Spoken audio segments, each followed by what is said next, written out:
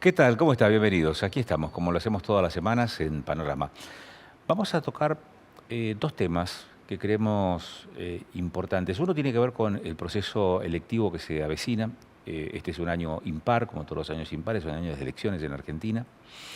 Elecciones de medio término, elecciones que permiten renovar la representación de las provincias en el Congreso de la Nación. Por mitades en la Cámara de Diputados y por tercios en la Cámara de Senadores. En el caso de Neuquén, corresponde que haya 6 bancas en juego. 3 de las 5 bancas de diputados nacionales y las 3 de senadores. Con lo cual esta es una elección más que importante, no solamente para los partidos políticos, es importante también para el Gobierno Nacional, que busca un mayor plafón de representatividad en el Congreso para poder resolver con el instrumento legal que necesita todos aquellos temas que están pendientes de resolución política. Pero también es importante para los estados provinciales y los gobiernos provinciales, no los estados, los gobiernos provinciales y los partidos provinciales, léase el rolismo, por ejemplo, en la provincia de Neuquén, para consolidar también su hegemonía territorial.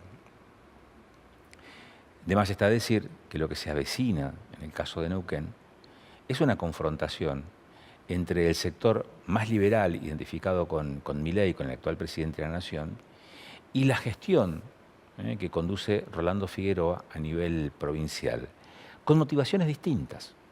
Porque el caso de Figueroa está observando este proceso electivo desde un punto de vista distinto. Lo está viendo con proyección electoral para dentro de 2 años más, es decir, para el 27. ¿Cuál es la convicción que pareciera subyacer en las filas del rolismo? Es necesario lograr un buen resultado en estas elecciones para poder asegurarnos una mejor performance en las elecciones de renovación de mandatos en el 2027. Mientras que a nivel nacional lo que se busca, en todo caso, es una mayor contundencia, una mayor representatividad en el Congreso, en el Parlamento, que es la Casa de las Leyes. Así que este será un tema. Y el otro tema vamos a hablar de la construcción. Vamos a hablar del crecimiento, del desarrollo, de la planificación. Y lo vamos a hacer con Diego López de Murilla, que es presidente del Colegio de Arquitectos de la provincia de Neuquén. La cantidad de edificios en construcción es solamente una muestra de cómo está creciendo la economía, que no solamente es la economía local, no es solamente la economía de la ciudad de Neuquén, sino que además desgrana y también alcanza a ciudades satélites de Neuquén. Neuquén, ciudad, es la capital de la provincia, pero también es la capital del poder político, del poder judicial, del poder gremial, del poder empresario, del poder económico y también del poder de la construcción. Así que de ese tema estaremos charlando aquí en Panorama.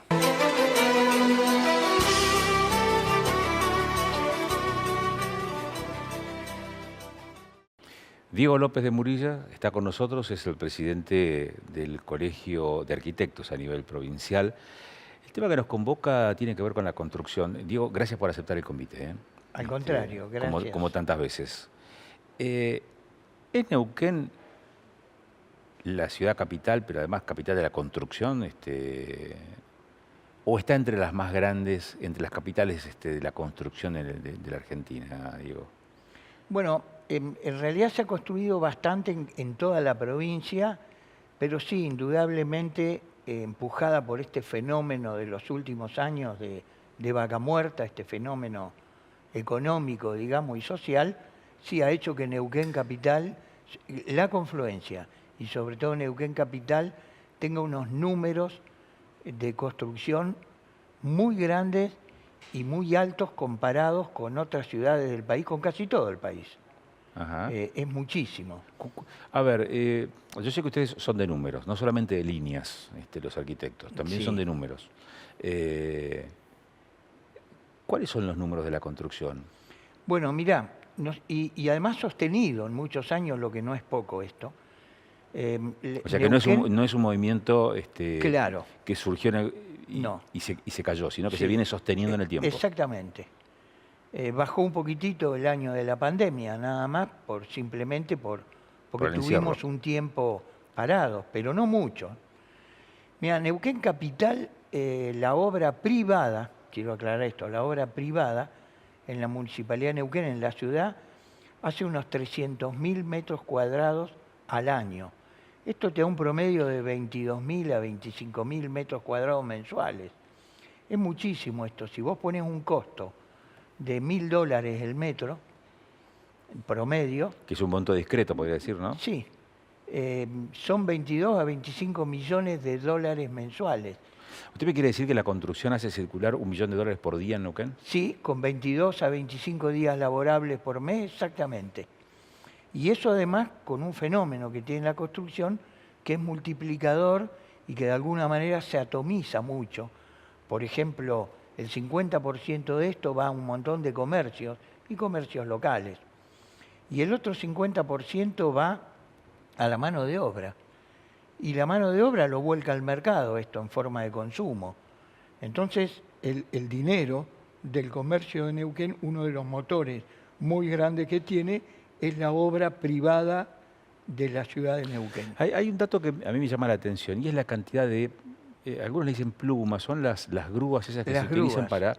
para hacer los edificios. Yo la verdad que no había visto, como empecé a ver en el último tiempo en Neuquén, algo que en Panamá sí me había sorprendido, la cantidad de grúas. Y hoy advierto que hay un número significativo de grúas. Eso hace referencia a la construcción en altura. Ahora, me parece que el fenómeno de la construcción en altura no es no junta estos 22.000 metros cuadrados. No, no, no, Me da ahí, me claro. me da la sensación de que también horizontalmente la Sí, ciudad sí, está sí. creciendo. Mira, cuando uno, o sea, el trabajar en altura o no en altura tiene que ver con una conformación, o sea, con un montón de datos, con indicadores urbanos, con el terreno, con el lugar, con el sitio en sí, que me permite. Cuando uno habla, para que tenga una idea, en Neuquén debe haber en este momento unos 100 edificios en ejecución. Sí. No hay 100 grúas, pero porque no todos los edificios tienen una altura considerable. Hay muchas zonas donde los terrenos tengo más espacio, donde me acota el código y, por ejemplo, hay muchos edificios que son planta baja, primer piso y segundo. Hasta ahí puedo trabajar hasta sin ascensor. Y a lo mejor ahí tengo 20 departamentos o 15 departamentos. Y ese tipo de edificio es un edificio multifamiliar y no es tan impactante como ver un edificio de 15 pisos de altura. Pero hay muchísimo. Hay unos 100 edificios en construcción en Neuquén en este momento, del cual la mayoría son estas viviendas multifamiliares, o sea, un edificio, pero en realidad tiene más desarrollo horizontal que vertical. Me surge una inquietud, es saber, todos esos edificios que hay edificios que están en construcción, hay un centenar que está en construcción, pero hay otros, que no sé cuántos, son los que se han ido terminando en este último tiempo. ¿Esos edificios están ocupados? Sí, mira, el tema, obviamente que de toda la superficie que se construye, el porcentaje más alto, no lo tengo exacto el dato, pero yo te diría 80% es vivienda. ¿Por qué? Porque es la exigencia más grande. La pirámide poblacional va creciendo de tal manera que empieza a exigir este tipo de vivienda y ahí empiezan los fenómenos diferentes de una ciudad informal, le hace tomas, de construir fuera del código al fondo del terreno de sus padres o arriba. Empiezan a ocurrir todo este tipo de cosas porque lo difícil era el acceso a la tierra.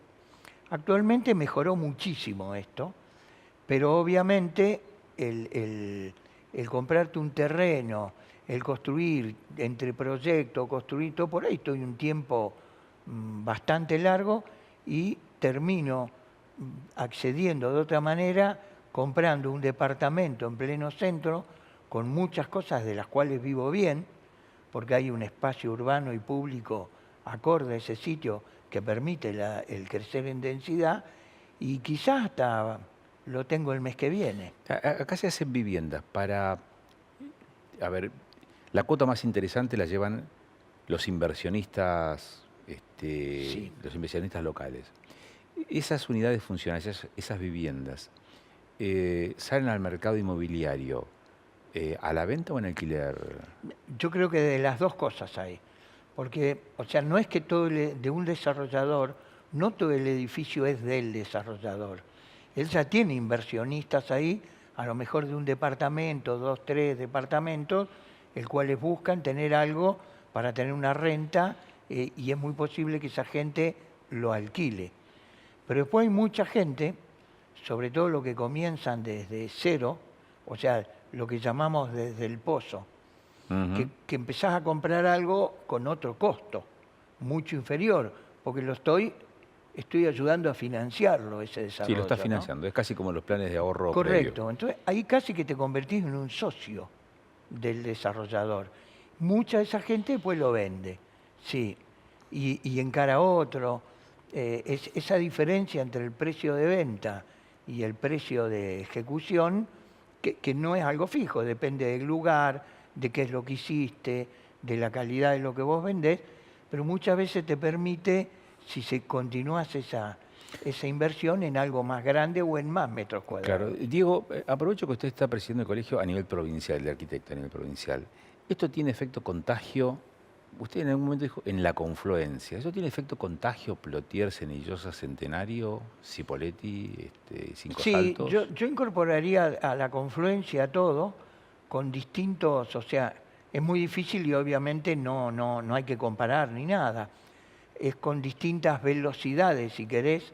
Neuquén, el crecimiento de Neuquén es bastante vertiginoso. En otros lugares quizás no, pero va más pausado, lo cual es mejor en muchos sitios porque es más controlable. Diego, Pero sí, totalmente, Centenario es tremendo. Y Plotier también, te diría. hace un ratito cuando empezamos a charlar dijo, este es un fenómeno que se viene sosteniendo en el tiempo. Tuvo un bajón durante la primera parte de la pandemia y después se recuperó y sigue sosteniéndose el nivel de construcción de Neuquén. Ahora, ¿uno puede avisorar hacia adelante un decaimiento de esto o una curva todavía más ascendente? Bueno, mira, lo que vos decís, bueno, es lo que hemos hecho siempre los seres humanos eh, cuando hablamos de todo este término que hoy en día es política un corriente, planificación. Cuando vos planificás, lo que vos hacés también es estudiar algunos escenarios posibles. Esos escenarios posibles salen de un análisis mucho más profundo de ver económicamente, es multidisciplinar esto. Eh, ¿Cuánto tenemos de petróleo? ¿Hasta cuándo se desarrolla? Y empieza a haber un montón de estudios al respecto y se empieza a organizar toda esa planificación en base a esos escenarios. Y va a haber escenarios ideales a los cuales tenemos que ir y otros escenarios más pesimistas, si se quiere, y tenemos que ver después qué cosas vas haciendo, qué acciones vas haciendo día a día para llegar lo más cerca posible de ese escenario ideal donde vos querés traccionar. Y a ustedes esa planificación, esa proyección a futuro, ¿qué les está indicando? Bueno, precisamente una de las, primero vuelvo a repetir, la planificación sí o sí, y cada vez más, yo con esto somos muy claros desde el colegio, tiene que ser multidisciplinaria. Y es más, la planificación hasta ahora siempre fue parte del Estado. El Estado tenía la responsabilidad de planificar, porque además era una herramienta política, lo es.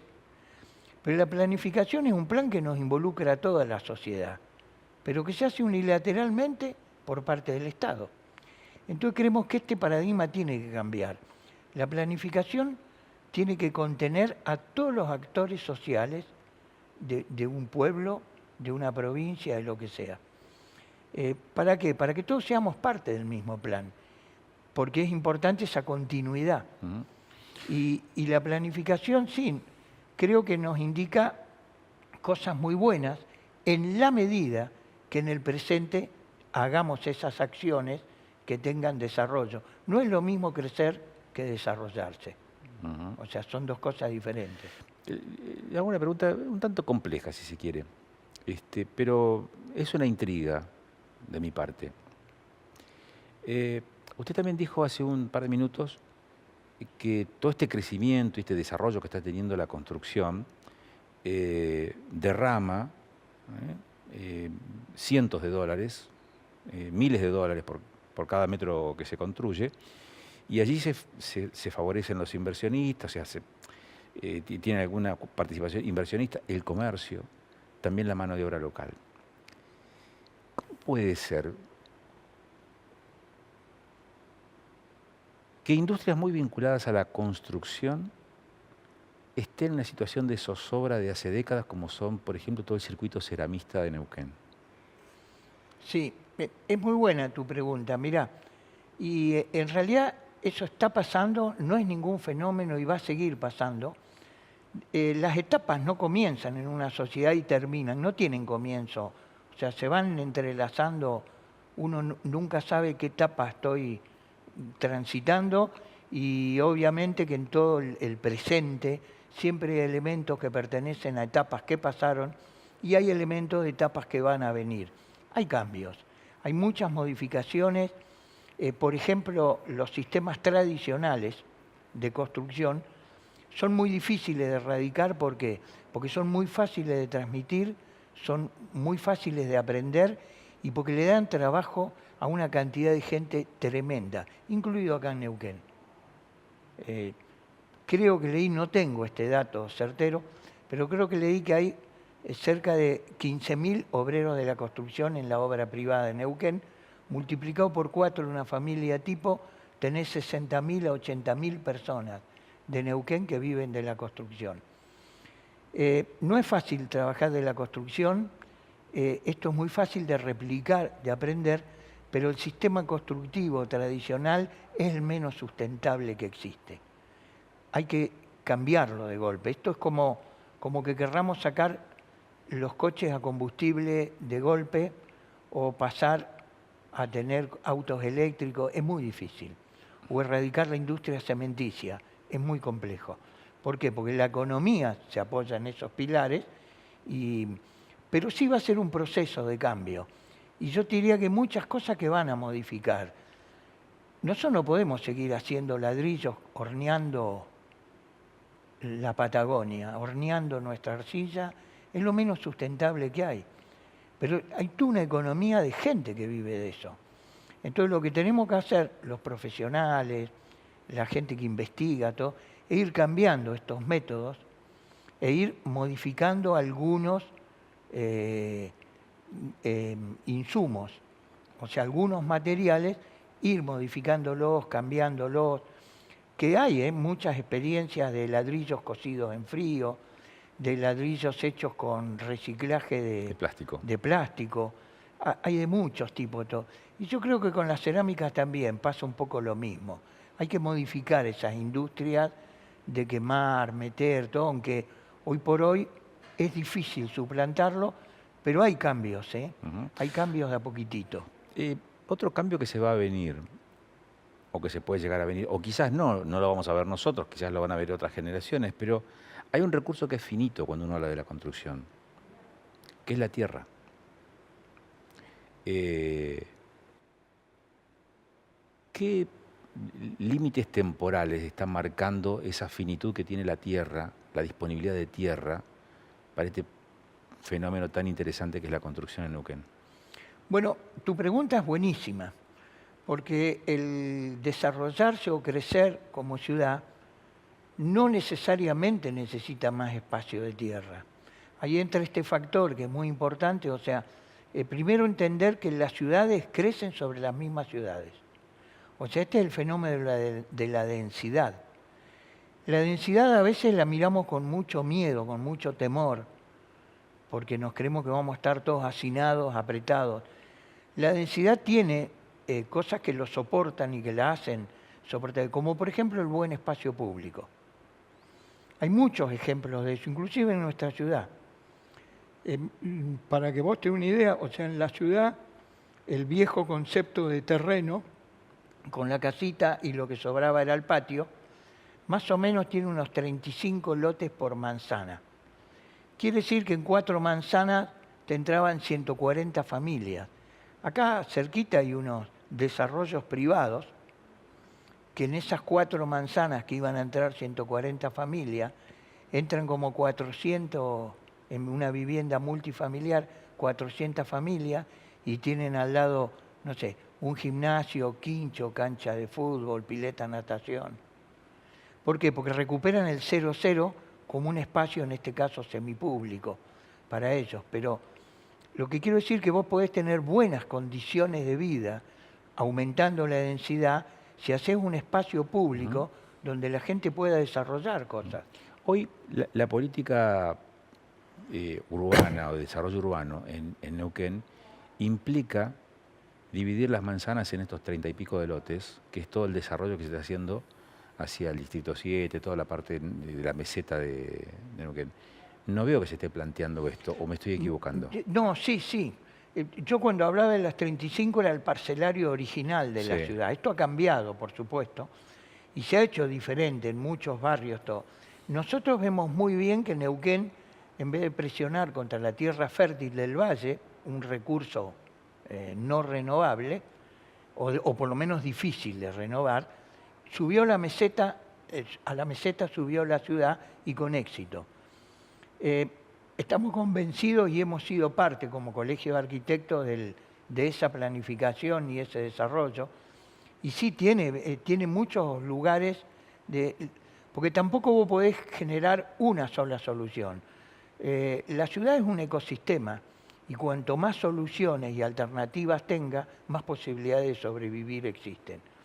Entonces, ¿va a haber vivienda baja? Sí, por supuesto. Va a haber media densidad, va a haber alta densidad, va a haber un poco de una gran oferta y muy diferente. Y yo creo que el desarrollo pensado de Neuquén en la meseta lo vamos a poder ver dentro de unos años y creo que es bueno. Y obviamente hay que ir ajustándolo. Hay 2 preguntas más que quiero hacer. A propósito de esto de optimizar el recurso, optimizar el suelo, pero también la inversión, no sé si el término sería correcto, el confort, digamos, la habitabilidad, sí. la comodidad con la que el buen vivir, digamos, de las personas. Uno está relacionado con la preservación del medio y la depuración de del agua, el agua que se utiliza en la ciudad. Digo por todo este desarrollo de la meseta, pero digo también porque para nosotros es fácil obtener agua. Tenemos 3 ríos muy generosos, el Neuquén, el Limay y el Negro, ¿no? En el caso, y el Colorado más al norte. Es fácil tomar el agua, pero no ha sido tan fácil tomar las decisiones a tiempo como para depurar correctamente los líquidos cloacales, sobre todo, ¿no? Siempre hay alguna nota disonante, digamos, respecto de ese tema. Sáqueme la duda, ¿qué tan factible es implementar en todo este desarrollo urbano pequeños, micros, ¿cómo se llaman? Las plantas de tratamiento de líquidos para la utilización, por ejemplo, en los espacios públicos? Algo que no veo. O sea, el barrio te dice, te venden una casa, te venden un terreno, te dicen, tiene todos los servicios, incluido cloacas. ¿Cuándo vamos a tener, o estoy pensando fuera de foco, es decir, bueno, este sector de la ciudad va a tener una microplanta de tratamiento y estas aguas irán para regar el espacio público o espacios públicos y el resto irá a la cloaca? Es buenísima tu pregunta y yo creo que, mirá, nosotros somos optimistas de cómo está creciendo y cómo está pensando, pero esto no significa que no tengamos que cambiar muchos paradigmas y no tengamos que aprender y modificar cosas. Hace poco el intendente de Chipoleti hizo toda esta movida para... recuperar el balneario. Sí, para el balneario de la isla Jordán, con ese famoso cartel que decía prohibido bañarse, aguas tóxicas, que creo que era un cartel que nos tenía que doler a todos en el valle, a todos. La verdad que era una vergüenza que tengamos ese cartel, porque era un producto de todos, de Neuquén, de Plotier, de Centenario, de todo, porque viene todo eso el río. Todo. Yo creo que sí, que tenemos que modificar técnicamente muchas cosas. Hablábamos de densidad, tenés que hablar de infraestructura, de servicios para llevarlo. El único punto de volcado de todo el tratamiento de líquidos tiene que ser el río. Alguna vez lo fue el río Matanza en Buenos Aires y luego se convirtió en el Riachuelo. Pero originalmente era un río hermoso. Si te fijás, ya a comienzos del siglo pasado. No se necesita tanto tiempo. Entonces, ¿cuándo empieza ese proceso? Es muy difícil. Quizás ya lamentablemente lo empezamos. Yo creo que estamos a tiempo de muchas cosas, incluido otras, en Neuquén y Río Negro también. Somos productores de energía, vendemos energía. Pero esa habitabilidad o ese confort que la gente pretende en su hogar, y que es correcto, se genera a base de energía. Si vos ves, cada vez necesitamos enchufarnos a más cosas y cada vez más electricidad, el gas es barato y empezamos a manejar cosas de energía que sería complicado y muchas cosas las podríamos solucionar, por ejemplo, exigiendo mejores coeficientes térmicos en nuestra construcción. Bueno, eso no es un requerimiento para la aprobación de planos. No es un requerimiento y tenemos que llegar a eso. Hay una ley de etiquetado de edificio nacional que es muy buena. Río Negro firmó, adhirió, la provincia de Neuquén todavía no. Pero creo que es el futuro y no nos vamos a poder escapar de eso y es lo lógico. Y es el que cuidemos las cosas y somos vendedores de energía, entonces no la usemos. O sea, no tenemos que requerir llenar los edificios de aparatos de aire acondicionado como está ocurriendo ahora. Tiene que haber un cambio de paradigma. Mira, hay un colega que siempre dice que hay un elemento técnico muy bueno que te deja pasar el sol en invierno y te da energía y te cubre del exceso de energía en verano. Se llama árbol. Y por ahí le tenemos que dar la importancia que tiene. Esto no significa que nos tenemos que convertir para ser sustentables en Ámsterdam. No, simplemente con una buena política de arbolado urbano, de generar espacios públicos con arbolado, de ver todo ese perímetro de la ciudad, el que queremos, de generar ciudades con pluricentros que tengan poco movimiento, de estudiar las conexiones interurbanas. Por suerte volvió el tren y me parece que eso es algo muy bueno. La cantidad de vehículos que pasan de Chipoleti a Neuquén es exagerada, la mayoría para traer una persona. Tenemos que cambiar muchas cosas. Las ciudades las venimos pensando hace años, por suerte el Estado se ha dado cuenta de eso, el intendente también. Hemos pensado las ciudades últimamente más para los autos que para las personas. Y tenemos que cambiar eso, tenemos que llegar, como dice la publicidad de Neuquén, a la ciudad de los 15 minutos. Diego, ha sido un gusto charlar con usted, ¿eh? Le agradezco muchísimo. Al contrario, siempre agradecido y bueno, a disposición y muchas gracias por interesarse en estos temas. Cuando volvamos después de la pausa, seguimos aquí en Panorama. Vamos a hablar de política.